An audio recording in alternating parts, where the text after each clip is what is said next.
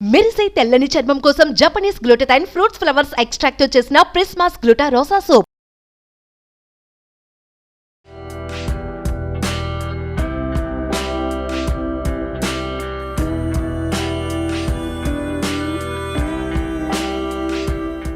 Welcome to Suman TV.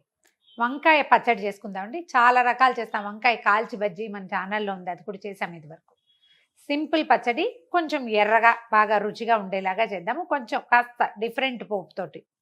మనం వెల్లుల్లిపాయలు వేసుకునే అలవాటు ఉంటే ధారాళంగా వేసుకోండి, మాకేం అభ్యంతరం లేదు. మేము మాత్రం వేయము.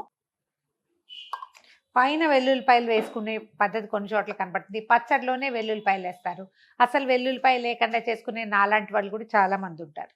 చాయిస్ ఉంటే వేసుకోవచ్చు, లేకపోతే లేదు. నేనేం చేస్తానంటే పోపు వేయించి తీసి పక్కకు పెట్టేస్తా. తర్వాత ముక్కలు మగ్గనిచ్చి పోపు రుబ్బి అప్పుడు ముక్కలు తిరిగిమాత మొత్తం కలిపి ఇంకొకసారి గ్రైండ్ చేస్తాం. లేదా రోట్లో వేసినా కూడా అంతే. నూనె కొంచెం కాగనిచ్చి కొంచెం మెంతులు వేద్దాం. ఈ పచ్చడిలో కొద్దిగా చింతపండు పెడతాం. చింతపండుకి మెంతులు కాంబినేషన్ చాలా బాగుంటుంది. ఇది ఎలాగో రుబ్బేస్తాం, ఇది పటపట్లాడి పళ్ళ కిందకేం రావు. దీన్ని గ్రైండ్ చేసేస్తాం మెత్తగా. చూడండి, కొంచెం వేస్తున్నా. మెంతులు వేగుతూ ఉండగానే ఒక చిన్న స్పూన్ ఆవాలు, అలాగే ఒక చిన్న స్పూన్ ధనియాలు. ఆవాలు చిటపట్లాడుతున్నప్పుడు ఒక చిన్న స్పూన్ మినపప్పు.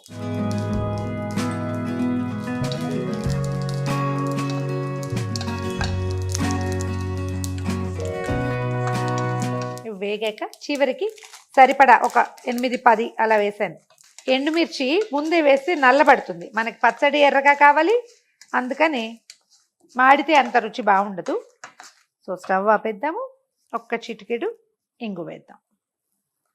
మీకు ఇంగు చాయిస్ లేకపోతే మానేసి ఈ ప్లేస్లో వెల్లుల్లిపాయలు వేసుకోవచ్చు. ఈ పోపుని వేరే ప్లేట్లో తీసి పెట్టేస్తాను.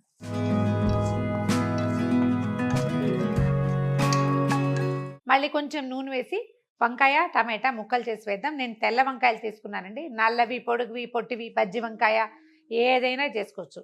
తెల్ల వంకాయలు ఏంటంటే ఇప్పుడు కొంచెం బాగా లేతగా దొరుకుతున్నాయి. తెల్ల వంకాయలతో పచ్చడి వల్లే మనం ఎర్రగా చేస్తాం కదా. ఇప్పుడు మిరపకాయలు వేసాం, పచ్చడి కాంబినేషన్ చూడడానికి అందంగా కనపడుతుంది. ముక్కలు కట్ చేసి నూనెలో వేసేద్దాం. మూకుడులో నూనె వేసేసాము. ఇదిగో వంకాయ ముక్కలు వేసేస్తాను. టమాటాలు కూడా కొంచెం పెద్ద ముక్కలే తరిగాను. మొత్తం కలగలిపేయకుండా కొంచెం పక్కకి వేసుకుంటే మనం వీటిని తీసి గ్రైండ్ చేయడానికి వీలవుతుంది. ఏ పక్క పక్క ఉంచేస్తాను. పెద్ద మూకుడు కాబట్టి మనకు అది వీలు అనమాట. మనం గుండు భగోనాలు పెడతాం కదా, ఇట్లా గుండ్రంగా ఉంటాయి. వాటిల్లో కాస్త ముక్క చెక్క కలిసిపోతాయి. ఇది కొంచెం సెపరేట్గా ఉంచుకోవచ్చు మనం. కొంచెం పసుపు వేసాను.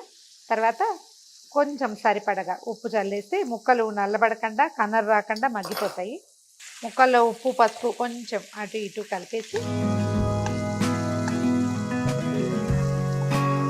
ఒక్క 7-8 నిమిషాల పాటు ముక్కల్ని మగ్గనిస్తే పచ్చడికి సరిపడా మగ్గిపోతాయి. మనం వేయించిన ఎండుమిర్చికి మన ముక్కలకి సరిపడా కొద్దిగా ఆ మాత్రం చింతపండుని కొంచెం ఒకసారి కడిగేసి ముక్కల్లో పెట్టేద్దాం. ఈ రోజుల్లో టమాటాలు అంత పుల్లగా ఉండట్లేదు కదా, అందుకని ఇది కొంచెం చింతపండు పెట్టేస్తా. మూత పెట్టేద్దాం. మన వంకాయలు టమాటాలు ఎలా ఉన్నాయో చూద్దామండి. ఇదిగోండి, వంకాయ ఉడికిపోయింది, టమాటా కూడా ఉడికిపోయింది. మనం వేసిన ఆయిల్ కూడా పైకి వచ్చేస్తుంది. స్టవ్ ఆపేసేద్దాము. కొంచెం చల్లారాక పోపు మొదట గ్రైండ్ చేద్దాం. మిరపకాయలు మనం ధనియాలు అవి వేయించి పెట్టుకున్నాం కదా, ఇది గ్రైండ్ చేసి తర్వాత ఇందులో టమాటాలు తీసి వేసేసి టమాటాలు చక్కగా గ్రైండ్ అయిపోతే మెత్తగా అవుతుంది కదా. ఆ ముద్దని వంకాయల్లో వేసి కుమ్మేస్తే సరిపోతుందండి. వంకాయని ఇంకా గ్రైండ్ చేయక్కర్లా. మన దగ్గర రోలు ఉంటే కూడా ఇదే మెథడ్. ముందు ఇవి వేసి నున్నగా నూరేసేయటం, బాగా మెత్తగా నూరేసేయాలి. మన దగ్గర రోలు ఉంటే కూడా ఇదే మెథడ్. మొదట పోపు నూరేసేయటం, ఈ నూరిన పోపులో టమాటాలు వేసి నూరితే ఇది గుజ్జుగా అవుతుంది. ఒకసారి వంకాయ వేసి ఒక్క మాట అట్లా దంచితే సరిపోతుంది.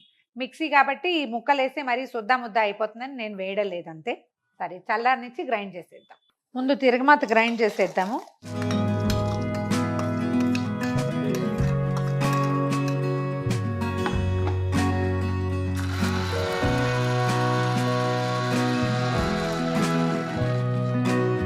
ఈ పోపు నలిగిపోయాక మనం చింతపండు వేసాం. మొదట చింతపండు అది ఎట్లా బాగా మెత్తగా అయిపోయింది, ఉడికిపోయింది కదా. తర్వాత టమాటాలు కూడా ఇందులో వేసేద్దాం. వంకాయ ముక్కలు పెద్ద పెద్ద ముక్కలు తరిగితే కొంచెం గ్రైండ్ చేసుకోవాల్సి వస్తుందండి. అందుకని కొంచెం చిన్నవే తరిగాం కాబట్టి గ్రైండ్ చేయకపోయినా పర్వాలేదు. ఒకవేళ మీకు మెత్తగా కావాలంటే గ్రైండ్ చేసుకోవచ్చు. నాకు ఇగో ఇలా ఇలా చేసేయాలటమే ఇష్టం అన్నమాట. కొంచెం ముక్క చెక్కగా ఉంటే బాగుంటుందని. పెద్ద ముక్కలైతే మిక్సీలో వేసేయచ్చు.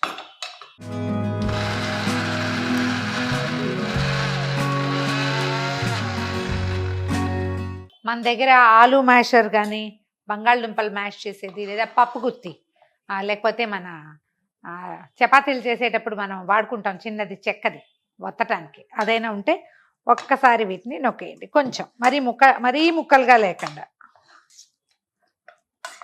గ్రైండ్ చేసి శుద్ధ చేయకుండా అన్నమాట.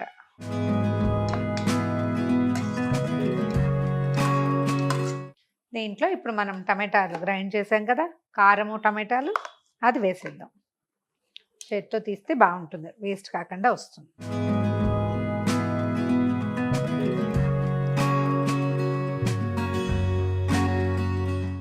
కొంచెం కొత్తిమీర కూడా సన్నగా కట్ చేసి పెట్టుకుని ఇందులో కలిపేద్దాము.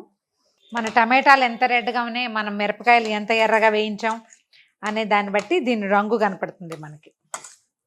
అన్నంలో కలుపుకునేటప్పుడు మధ్య మధ్యలో వంకాయ కొంచెం ముక్క భావకంగా తగులుతుంది, చాలా బాగుంటుంది. రోట్లో అయితే ఏంటంటే కొంచెం చెక్కు ఉండిపోయి గుజ్జు నలుగుతుంది. మిక్సీలో వేసేమిటి అది కత్తిరించేస్తుంది కదా, మొత్తం పేస్ట్ శుద్ధ ముద్దగా అయిపోతుంది.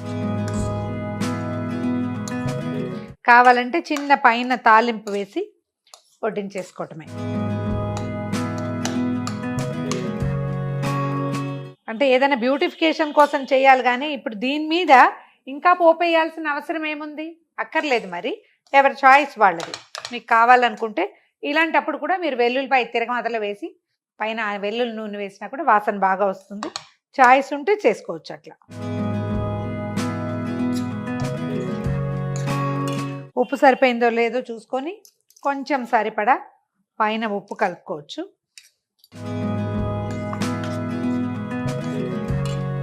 వంకాయ పచ్చడి రెడీగా ఉందండి. ఇదిగోండి, సింపుల్గా అయిపోతుంది.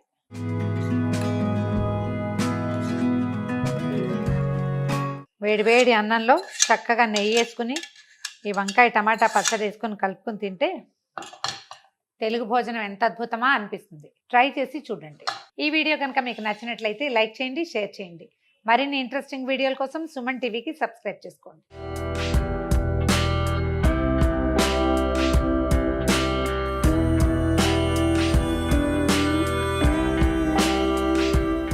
సుమన్ టీవీలో మీ పర్సనల్ అండ్ బిజినెస్ ప్రమోషన్స్ కోసం కింది నెంబర్కి కాంటాక్ట్ చేయండి.